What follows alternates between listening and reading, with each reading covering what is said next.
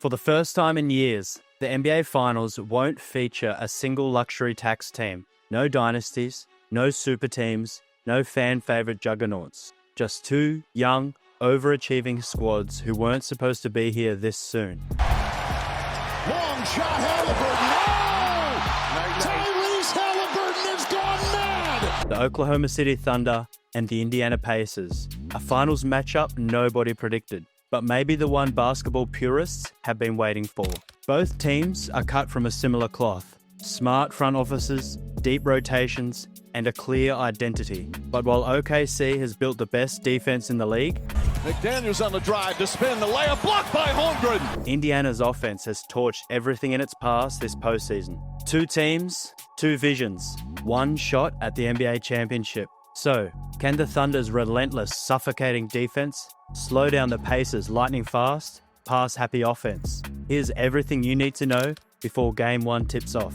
Now, it's really not hard to see how both teams got here, especially the Thunder. They just wrapped up one of the most dominant regular seasons in NBA history. 68 wins, a league best, plus 1,055-point differential, and 54 double-digit victories. But they didn't let up in the playoffs either. Backed by the league's top defense and a top 3 offense, OKC swept the Grizzlies in round 1. After falling behind 2-1 to the Nuggets, the Thunder responded with gritty clutch wins behind MVP Shai Gilgeous-Alexander, then obliterated Denver by 32 in Game 7. In the West Finals, they needed just 5 games to handle the Timberwolves, closing with a 30-point win. That was their 4th playoff win by 30-plus points, the most in a single postseason ever. The Thunder haven't just been winning, they've been steamrolling, and they're now just 4 wins away from capping one of the most impressive title runs in recent memory. But while the Thunder making the finals isn't surprising,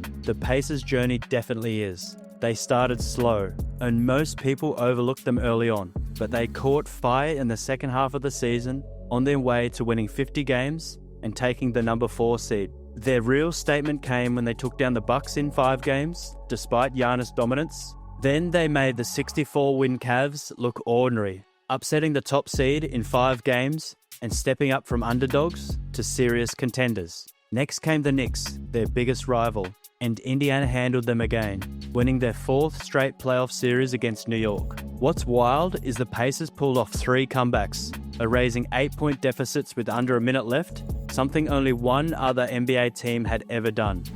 Neesmith, it's a 3. It's a 2-point game. Oh my It's goodness. A 2-point game. Their offense is clicking, and they're not done surprising anyone. All of this brings us to this point where the Thunder and the Pacers, 2 teams with brilliant point guards, deep rosters, tenacious defenses, and killer transition games, face off for a shot at immortality. They've shown shrewd game plans, star power, clutch finishes, and unwavering resilience throughout the playoffs. So, this series still offers a real chance to see the Thunder's relentless defense collide with the Pacers' efficient, well-oiled offense. It's the kind of matchup that can surprise everyone. And speaking of which, there is perhaps no clearer way to define this series than as a clash between elite defense and explosive offense. While Shai Gilgeous-Alexander and the Thunder's offensive firepower have impressed throughout the regular season and playoffs, it's the Oklahoma City Thunder's defense that truly underpins their success. During the regular season, the Thunder boasted the league's top-ranked defense, and they've only tightened their grip in the postseason, reducing their defensive efficiency to an elite 104.7 points allowed per 100 possessions. OKC's ability to force turnovers has been pivotal, generating 18 per game and converting those into nearly 24 points, both improvements over their regular season output.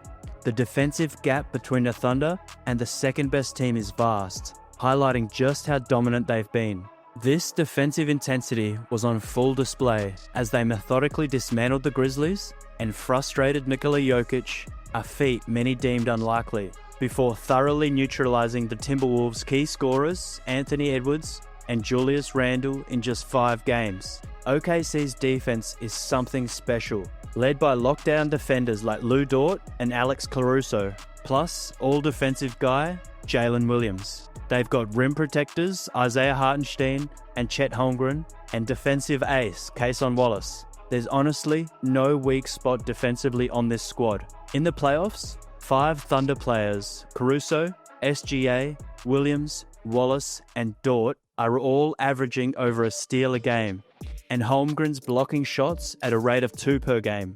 Their defense is all about pressure, teamwork, and smart play. Anthony Edwards called them 15 puppets on one string, which perfectly sums up how they force more turnovers than anyone else. They're built to shut teams down, and against the Pacers, guys like Dort, Wallace, Williams, and Caruso will be a key to locking down Tyrese Haliburton. All postseason, OKC has taken the top guys off the board, from Jokic to Edwards, and they'll stick to that script in the finals, letting their defense do the heavy lifting. OKC's defense is elite, no doubt, but the Pacers' offense is just as explosive and unpredictable. Indiana runs a fast-paced game, scoring 117 points per 100 possessions in the playoffs, which is better than the Thunder and only behind the 64-win Cavs, who the Pacers knocked out 4-1. The Pacers also have the second best offensive efficiency in the playoffs at 117.7. Their deep bench and non-stop pace keep them dangerous all game long. They've even pulled off some crazy comebacks too, down by 7 with under a minute left twice, and even 14 points down with less than 3 minutes in a game against the Knicks, and yet they still won. And speaking of which, Tyrese Haliburton leads the charge. He's a throwback pass-first point guard who's slick with his passes, but careful not to turn the ball over. Indiana's turnover rate is one of the best in the league, thanks mostly to him.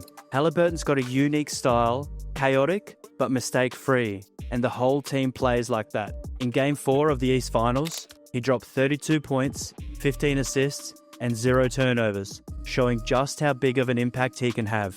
Over the regular season, he averaged nearly 19 points, 9 assists, and 2 combined steals and blocks, stepping it up in the playoffs with a near triple-double average that only legends like Jokic, Magic Johnson, and Bob Cousy have matched on their way to the finals. But even on nights when Haliburton isn't clicking, the Pacers have Pascal Siakam to carry the load. Siakam won the Larry Bird Trophy as Eastern Conference Finals MVP, just edging out Haliburton with 1 vote. Before Siakam showed up, the Pacers had plenty of fast pace, 5'8" style and splashy shooting, but lacked that reliable second shot creator who could take over when things got tough. Since Siakam arrived 16 months ago, the Pacers have gone 88-60 combined regular season and playoffs. That's a solid .595 winning percentage, good for a 49-win pace. But Siakam's impact goes beyond just numbers. The Pacers have outscored their opponents by 551 points during nearly 5,000 minutes he's been on the floor. He didn't turn Indiana into an unstoppable force overnight, but he raised both their floor and ceiling. But that also gives Coach Carlisle a ton of tactical flexibility, exactly what you want deep in the postseason. Between Haliburton's crafty playmaking and pace, Siakam's relentless energy and offense, plus the strength in numbers from the rest of the roster, the Pacers have pushed through the playoffs so far. They'll need all of that if they want to bring home the Larry O'Brien Trophy. That said, the Thunder's defense will be their toughest test yet. This OKC team is healthy, fast, swarming unit that can handle Indiana's up-tempo style and maybe even thrive in it. They made life miserable for Jokic and Murray, then Edwards and Randle in the Western Conference Finals, bringing a level of physicality that few teams can match. Haliburton, Siakam, and the Pacers will face their toughest defensive challenge, with OKC ready to throw different defenders at them to disrupt their flow. So it all comes down to whether the Thunder's defense, a wall all season long, can hold up against the Pacers' relentless high-speed offense. But this matchup isn't just about testing OKC's defensive grit. It's also a real challenge for how explosive and efficient the Pacers' offense can be against the league's best defensive unit. And if there's one thing the Pacers know right now, it's that they can't afford to slow the game down. Against this Thunder defense, speed isn't just an advantage, it's a necessity. Both teams are built to play fast. The Thunder are averaging 100.6 possessions per playoff game, second only to the Grizzlies, who were swept by OKC in the first round. The Pacers aren't far behind at 98.4 possessions per game. The last truly fast-paced finals was back in 2017, when the Warriors beat the Cavs in 5 games. With how both OKC and Indiana like to run, we're likely in for another high-octane up-and-down battle. That said, the Pacers will need to push the pace even more. They can't let OKC set up its half-court defense, but here's the twist. The Thunder's defense is incredibly stingy in transition too. They finished the regular season ranked second in limiting opponents' transition frequency and second in transition points allowed per 100 possessions. And they've been even better in the playoffs, giving up the second fewest fast break points. But the Pacers have a secret weapon, their collective approach. Their offense isn't about one star lighting it up. It's about many hands making light work. This team-first style has made them one of the NBA's best for months and earned them the Eastern Conference title. They've outscored opponents by 8.5 points per game in transition, the best differential in these playoffs, including a 46-18 blitz in their Game 6 win over the Knicks. Leading the charge is Tyrese Halliburton, who dominates with his vision and timing, averaging 9.2 pass-ahead passes per game, the most in the league. That elite court awareness means more chances to find open shooters and keep the Pacers' offense humming. In the end, this series will be a high-speed chess match, with the Pacers trying to push the tempo and the Thunder trying to control the chaos. Who can outpace whom? That's the question these finals will answer. However, another major battleground is the possession battle, which has become the new mark of inefficiency in the NBA playoffs. Back in the day, simply attempting more threes was a solid way to gain an edge. But now, with almost every team shooting a high volume of threes, that advantage has faded. There are diminishing returns to relying on shooting variance for a hot night or two. The real edge now comes down to the turnover margin. And for the Pacers, that plays perfectly into their style. They run a fast and efficient offense, which means they rarely turn the ball over. Their turnover rate during the regular season was an impressive 13.1%, ranking third best in the league, behind only the Thunder and the Celtics, and they've only tightened that up even more in the playoffs. The Thunder, on the other hand, thrive off forcing turnovers. They led the league in opponent turnovers per 100 possessions, with 16.9 in the regular season and 17.7 in the playoffs. Oklahoma City's defense has been relentless, forcing more mistakes than any other team all year long. In their regular season matchups, the Thunder dominated the turnover battle, forcing 24 turnovers compared to Indiana's 13, and outscoring them 27-10 off those extra possessions. That same pressure will be key again in this series, so whoever controls the turnover battle will have a clear upper hand battle, and it could very well be the deciding factor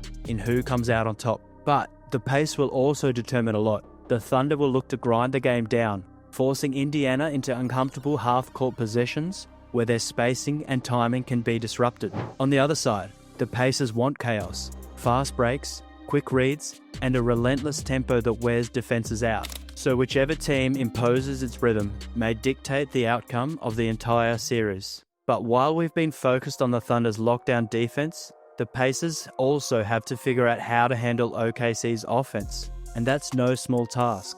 They're dealing with a team that not only has the MVP and the league's top scorer, but also has a talented core featuring Jalen Williams and Chet Holmgren. When you've got a lineup like that, you're going to exploit it, which is why the Thunder are one of the league's heaviest isolation teams. During the regular season, OKC ran isolations about 10.2 times per game, which is nearly 9% of their possessions, ranking in the top 5 in the whole league. They don't move the ball much either. With 270.7 passes per game, they were the 6th lowest in passing. Instead, OKC prefers to attack the rim, averaging 52 drives per game, second only to the Grizzlies. More isolations and fewer passes means fewer chances for opponents to jump passing lanes and create turnovers. Combine that with OKC's elite ability to force takeaways on defense, and they're winning the possession battle night after night. Offensively, the Thunder run a precise, patient attack. Gilgeous-Alexander leads the charge, using isolation plays and mid-range skills to break down defenses. Jalen Williams brings another dynamic element, with smart cuts and non-stop slashing, always moving without the ball. Then there's Chet Holmgren, who pulls big defenders out to the perimeter with his pick-and-pop shooting. Together, they create a balanced offense that punishes mistakes and fires mismatches all over the floor. But it's not just those three. Mark Dagnall's loaded rotation, with its mix of size and skill sets, gives him tons of ways to adjust. All season, OKC has shown they can win games in multiple ways. switching up strategies depending on the matchup. But the big question is how the Pacers will counter this, and the truth is, it won't be easy. Gilgeous-Alexander is a puzzle with no easy solution. The Pacers will likely throw a mix of defenders at him, Andrew Nembhard for size and discipline, and Aaron Nesmith for energy and strength, but no single matchup will be enough. Indiana's switching scheme will be key to disrupting OKC's isolation-heavy sets, forcing the ball out of Shea's hands, and making others beat them. Protecting the paint will be a priority too, limiting Jalen Williams' drives and collapsing on cutters. But they can't overhelp, or else Chet Holmgren's pick-and-pop threes will burn them. So the Pacers' defense has to be locked in for 48 minutes every night. Now to the big question. Who takes it all? Oklahoma City enters the finals carrying the weight of dominating the NBA all season and through much of the playoffs. They started with 68 wins, a record point differential, elite defense, and a deep roster that just seems double XL in every sense. Is all that going to suddenly vanish at the finish line? Facing a Pacers team that finished 14 games behind the East top seed? That seems pretty unlikely. But the Pacers have thrived all postseason in their underdog role. Can they pull off one more massive upset? My head says Thunder in 5 or 6 games, but my heart wants to see the Pacers push it to a full 7. Either way, this promises to be an intriguing showdown with plenty of offense. One team boasts a historically great defense, that's the Thunder, which is why they're the favourites. But don't underestimate Indiana's hard hat mentality or their grit to make this series a real battle. Let me know who you think will take it in the comments below. And don't forget to like, subscribe, and hit that notification bell for more basketball breakdowns.